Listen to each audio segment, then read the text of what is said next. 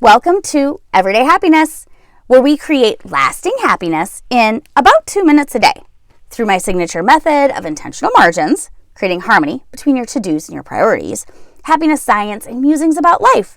I'm your host, Katie Jeffcoat, and yesterday we discussed the history of New Year's resolutions and the sad fact that only 9 to 12% of people actually keep their New Year's resolutions, even when 52% of people thought that they would be successful.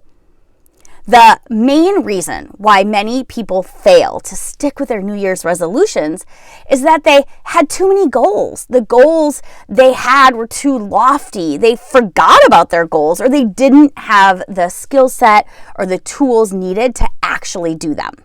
Obviously, when we fail in our goals, that doesn't feel good. It can leave us feeling worse than when we set them and can even heighten the bad habits that we're trying to expunge, right? So, how should we set our New Year's resolutions? First, be super specific about what you want. Let's look at the common goal of weight loss. When designing your goal, you shouldn't use the blanket statement, I want to lose weight, but instead be specific and say something like, I will lose 26 pounds by the end of the year, half a pound each week. Second, be clear on how you plan to achieve your goal realistically and how you will monitor your progress. For example, I will lose weight by implementing exercise for 30 minutes, 3 times a week. And maybe you can add a specific eating practice. I will monitor my progress with an exercise journal, right? That would work. And third, be honest with yourself about why you want to pursue this goal. People often set lofty goals, but don't have the light your hair on fire motivation, right? You need a powerful why behind your resolution. Like, I want to play more with my daughter. I don't want to raise my cholesterol, or I don't want to get on cholesterol medication, right? I want to feel healthier.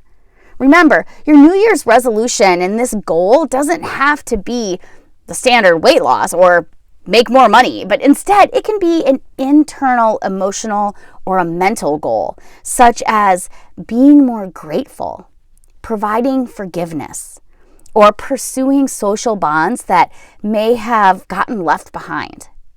So I encourage you to look at what you need most rather than what you want or what society tells you that you should want.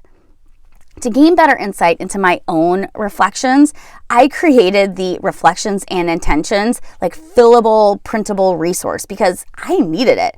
I needed to clean and I needed this thoughtful process to just cleanse. But I needed prompts and a score pad so I could pat myself on the back and use those intentional margins to think about how I want to be intentional in walking through this next year. So I created this for myself and I have it on my website so you can get a free copy of it too if you want. Just hit the link in my show notes.